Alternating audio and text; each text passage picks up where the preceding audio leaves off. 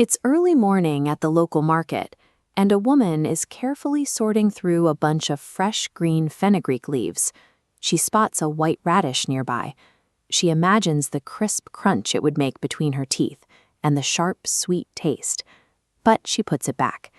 Buying a second vegetable feels like a dangerous indulgence. Instead, she carefully counts out her few remaining coins. She gathers them into a tiny bundle and knots them tightly into the fabric of her sari at her waist. This act of counting small change reveals the narrow margins of her world. In this household, the price of a single radish is weighed against the potential for conflict at home, where even the smallest independent purchase carries the weight of a risk. Domestic violence often has a quiet domestic prelude.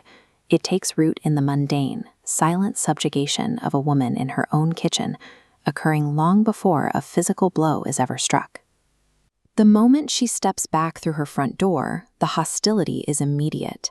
There is no greeting, only the dark, judging glares of her mother-in-law as she begins to chop the leaves. The verbal assault follows quickly. She is criticized for the money spent at the market, and her parents are cursed for sending her out to darken other people's doors. These insults are designed to make her feel like a permanent, unwanted burden. This chart maps the process of emotional erasure.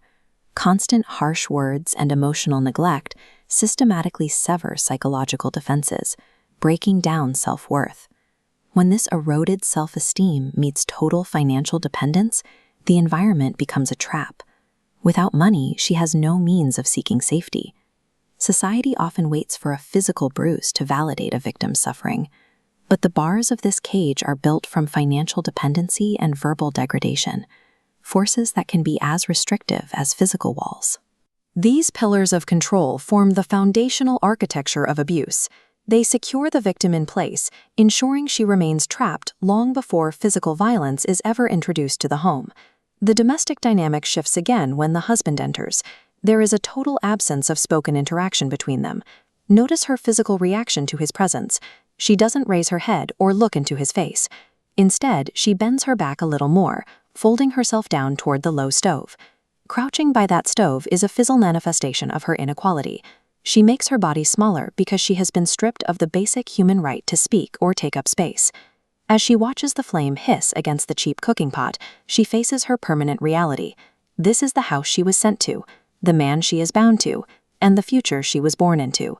And then comes the escalation. The kerosene is thrown. A moment of surprise. A brilliant spark ignites the dark, and the flame consumes the frame. The fire in the kitchen is the final extreme extension of the same power dynamic that governed the market. The lack of autonomy over a vegetable and the lack of autonomy over her own life have become one and the same. The poem that documents this story concludes by describing the aftermath with chilling simplicity. Another torch, blazing in the dark. Another woman.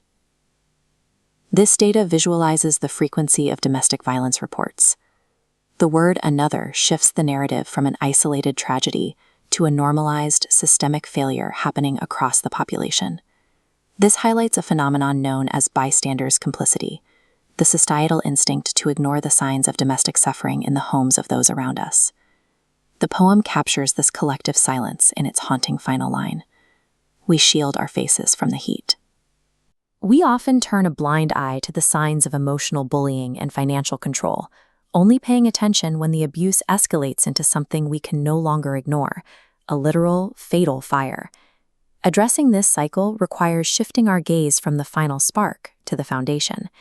It involves recognizing that the threat of physical harm is built on a framework of emotional isolation and financial control that often goes unnoticed until it's too late. True respect and safety begin at home. If we wish to end the cycle of violence, society can no longer afford to remain silent and shield its face.